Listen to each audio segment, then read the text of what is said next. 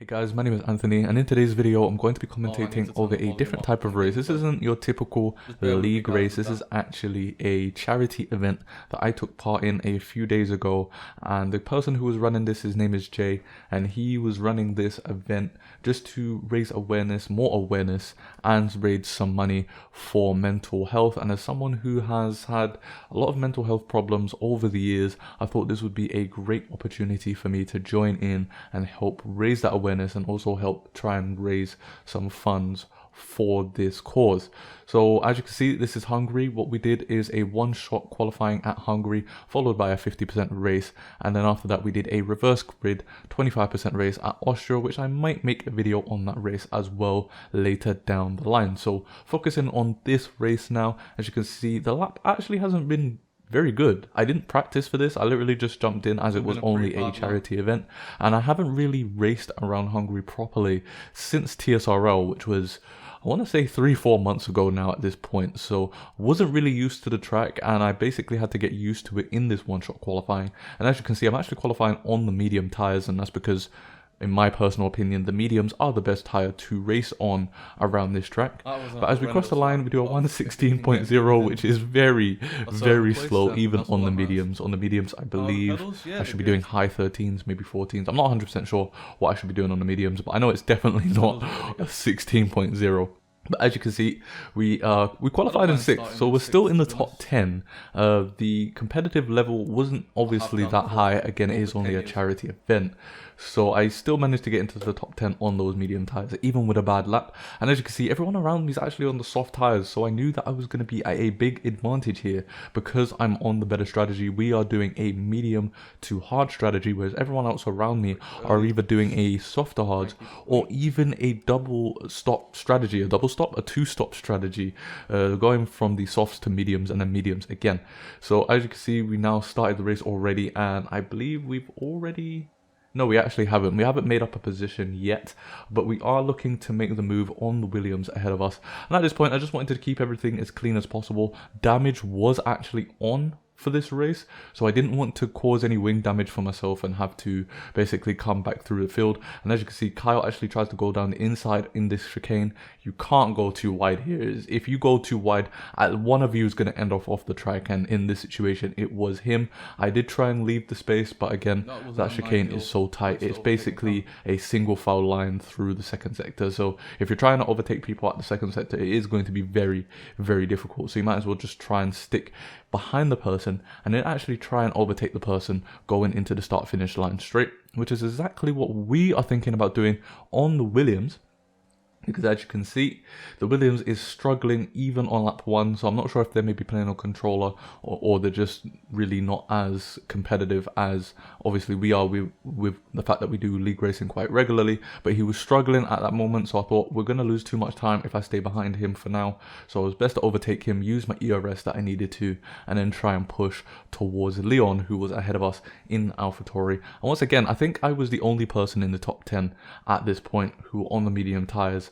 The only person I was really looking at in terms of a battle was Busy Gorgon, but he was already far away from me, so I didn't really expect to catch him up during this race because I believe he actually started on pole with the soft tires as well. So clearly he was going to be the person to beat, and it was going to be a very difficult task to really overtake him. But as you can see, I was raising my audio because I actually forgot to do it at the start of the stream, which meant that you guys who did watch this stream live couldn't really hear the gameplay, but you should be able to hear the gameplay a little bit better now. Even with the video, I have turned it down slightly, but you should still be able to hear it a little bit better than you did before.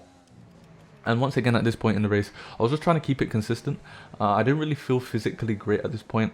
This was the start of me getting the flu. I actually still have the flu up to this point, but obviously it's not as bad as it was when I initially started seeing the symptoms of it during this stream. I was actually shaking quite a lot, and braking was pretty difficult, especially now that I've got the load cell pedals. You have to put quite a lot of force into the pedals when braking, and I wasn't really able to do that because I was feeling quite sick basically. But as we move on to lap 6 now, you can see we've kept our consistency to a pretty good standard here.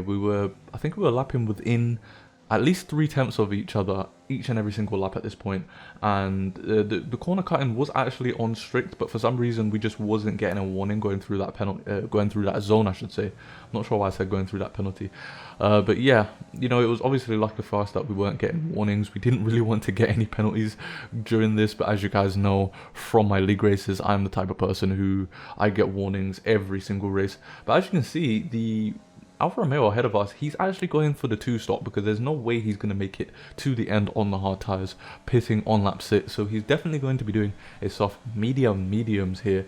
And I thought at this point he was definitely going to be out of this race in terms of what we were doing, because we were only doing one stop from the medium to hards, whereas he was doing a 2-stop. So he still had an extra stop to do, and we already have a pit stop ahead of him now because he pitted so early. So taking a look at our actual driving now, and let's see how we're getting on. This corner was pretty difficult, as you guys already know, and there were just a few times where I was just turning in slightly too early, and that's where I ended up getting quite a lot of my warnings moving on into the race. Really, I was just trying to keep myself as clean as possible, trying not to get as many warnings as possible, and we're doing a pretty good job at that. You know, we're just taking it easy. We're still not getting any warnings going through that section of the track, which was a big surprise, but we're still just trying to find that confidence on the track. As I said, we've not raced here in a few months, so really it was just about finding my confidence and really just knowing where the limit was with the car, with the setup, because I am using a setup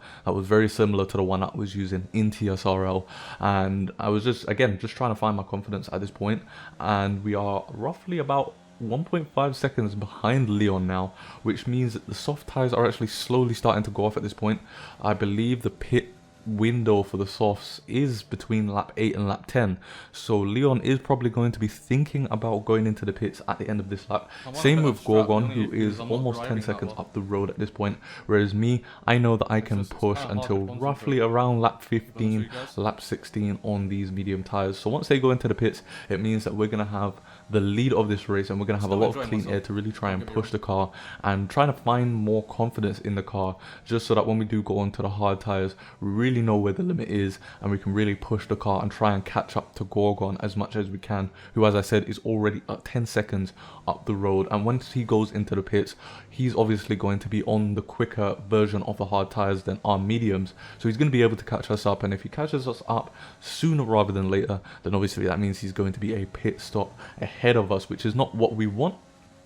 But as we come up to the last sector now, we're about to come up to one of the back markers who, at this point, I believe, I don't know if he left or if he was still in and he was just really struggling, but I think he was one of the people that we passed pretty much straight away as the race started. But as I said, lap 8 to lap 10 is around about the window for where you want to pit, and that's exactly what Gorgon and Leon end up doing. They end up pitting at the end of lap 8, which means we have fresh air, complete fresh air, to really push the car and find the confidence. And that's exactly what we did until lap 16, when we decided to go into the pits. And as you can see, Gorgon using his hard tires very, very well, as he's pretty much made up that gap that we had on him as we go into the pits. He was only 3 seconds behind us, and it didn't really help that we pretty much had the worst pit lane entry of all time around this track probably. But as we go into the pits now, let's see where we actually do end up coming out. I believe we started in P6, so ideally we'd want to roughly come out around P6.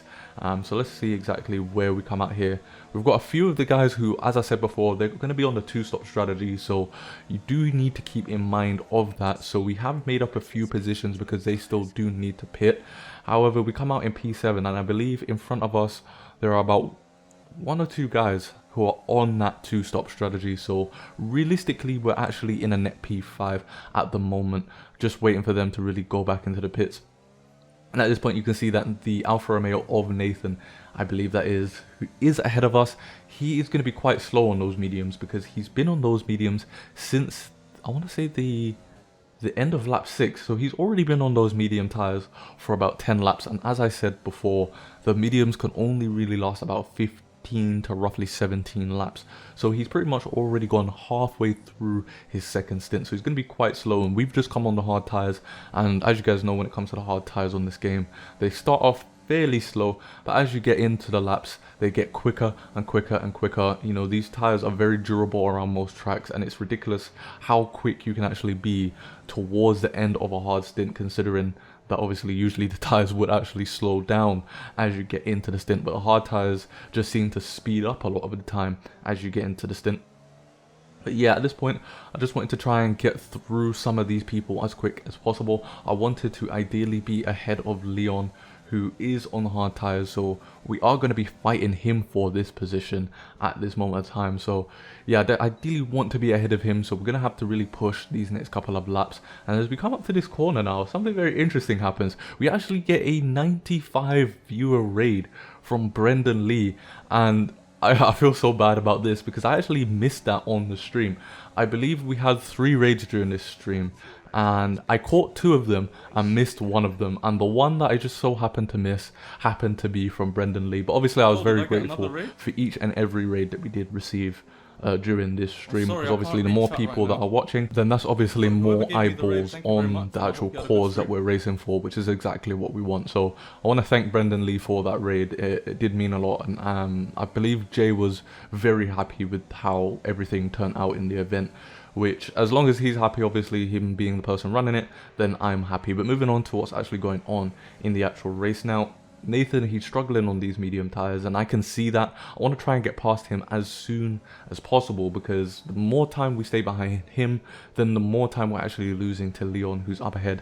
And obviously with Gorgon being quite quick at the moment, especially on those hard tires, we're not really going to be catching him up at this moment of time. So Leon is really going to be the person that we want to stay ahead of going into the end of the race. So I could have gone for the dive bomb, but as I said, there is damage, and I didn't really want to get any unnecessary damage. So at this point in time, I decided, you know what, I'm just going to stay behind him for 1 more lap, see if he makes a mistake during this lap, and if he doesn't, then obviously we'll try our best to get the best exit we can going off of the final corner, so that we can make the overtake stick going into the next lap. And that's exactly what we do end up doing, just sticking behind him. Obviously dirty air is going to play a factor, so we do need to be careful going through sector 2. I do obviously want to stay as close to him as possible, whilst also not really suffering through as much dirty air as possible. Hungary is just one of those tracks. Sector 2 is a nightmare when you're behind someone who's slower than you. It's pretty similar to Monaco actually. I'd actually say that Hungary is pretty much Monaco without the tight barriers right next to you. You do have some runoff area compared to Monaco, but sector 2 is pretty much like Monaco in a nutshell.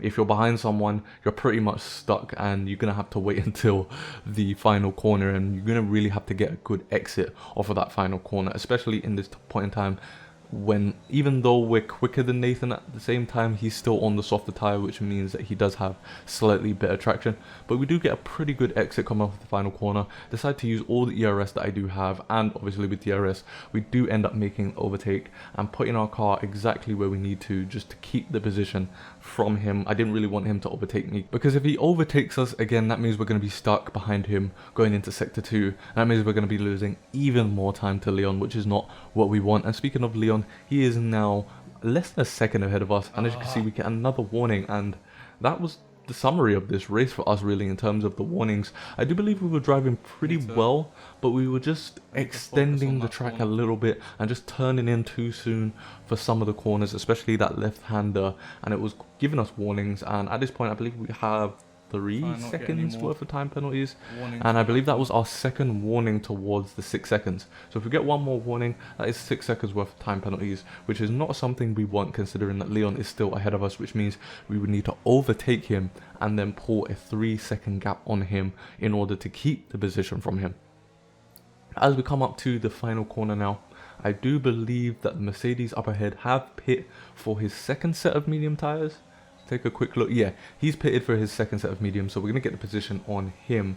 And Shaggy up ahead, as we make the overtake on Leon, is also on the medium tires, which means that he's still going to need to pit, which means at this moment of time we are in the net P2, so we just really need to wait for him to pit at this moment, and then we'll be in the net P2, which does end up happening, I believe, on this lap. And then after that, not really much happened, and we were pretty much just trying to our best to pull away from Leon as much as we can. And coming up to the final lap, as you can see, going past turn 1, we do end up making that gap on Leon. We do end up getting 6 seconds of penalties, and I believe we ended up getting another 2 warnings. So going into this lap, I was trying to keep it as clean as possible, because if we get one more warning, we were going to have 9 seconds worth of penalties. And with Leon only having 3 seconds worth of time penalties, he's within that 6-second gap, which means he will end up taking second position from us. So we were just taking things very, very cautiously. As long as we were braking in the right spots, then obviously we weren't going to lose 2 seconds to him during this lap, and we were going to keep the position. So that's exactly what I was doing, just getting on the throttle a little bit later than I usually would, just braking a little bit earlier than I would as well, just to make sure that we stay within those track limits. And Gorgon, he ended up pitting for the softs to go for the fastest lap, and as you can see, he's still 10 seconds ahead of us. So in terms of the win, we were never going to get that, as Gorgon started on pole and pretty much just ran away with it since the start of the race, really. He crosses the line, he does end up getting the fastest lap, he does end up winning the race, and thanks to us taking it quite easy on the final lap, we didn't get another warning, and we do end up finishing in P2, which is pretty solid, I think. P6 to P2 is not too bad. Obviously, we could have shown a lot more pace in this one, but, you know, I'm not really the type of person that can really just hop into a race and showcase that pace straight away. It is something that I do need to build up, and I do need to practice for races as well to really get used to the track so that I can really showcase what I can actually do. But yeah, that's going to be it for this video. I hope that you guys do enjoy it, and we did end up raising quite a bit of money, I do believe. But for me personally, I was mainly just doing it just to continue spreading the awareness, because obviously I know that mental health is something that people are considerate about now, and people are aware of it now, especially during these times when we're in lockdown. But if you move backwards 10 years, back to when I was first struggling a lot with my mental health and I was first being diagnosed with the mental health issues that I did have, it wasn't really something that people were as considerate of or as aware of. Even my own family didn't really truly understand what I was going through. So I'm happy that I'm able to, you know, just continue spreading that awareness to people who may not understand just how damaging mental health can be to someone's day-to-day life. So if you are struggling through that, just know that there are people out there that will support you. There are people out there that you can speak to, especially during these times when people are going through lockdowns and not able to do what they would usually do in their day-to-day life. So it is causing quite a strain on their mental health. So if you did enjoy this video, make sure to hit the like button, and if you're new to the channel and you're still watching by this point, then I highly recommend that you subscribe to the channel for more F1 2020 content, and I hope to catch you guys in my next video.